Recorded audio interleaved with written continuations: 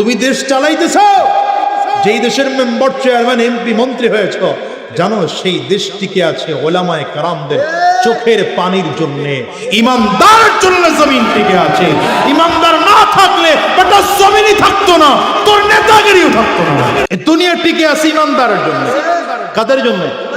নবীজির হাদিস, লাকাদ লা তাকুমুস সাআ হাত্তা ইউকালা ফিল আরদি আল্লাহ আল্লাহ আল্লাহ। নবী বলেন আল্লাহর নাম নেওয়ার লোক থাকবে না, জমিন থাকবে না, কিয়ামত হয়ে। তুমি হুজুরদের কারণে জমিনে টিকে আছো, আলেমদের কারণে জমিনে টিকে আছো, আলেমদের কারণে ক্ষমতার পাওয়ার দেখাও, আর সেই আলেমদের বিরোধিতা করো, সেই আলেমদেরকে জমিন থেকে মিটিয়ে দিতে চাও।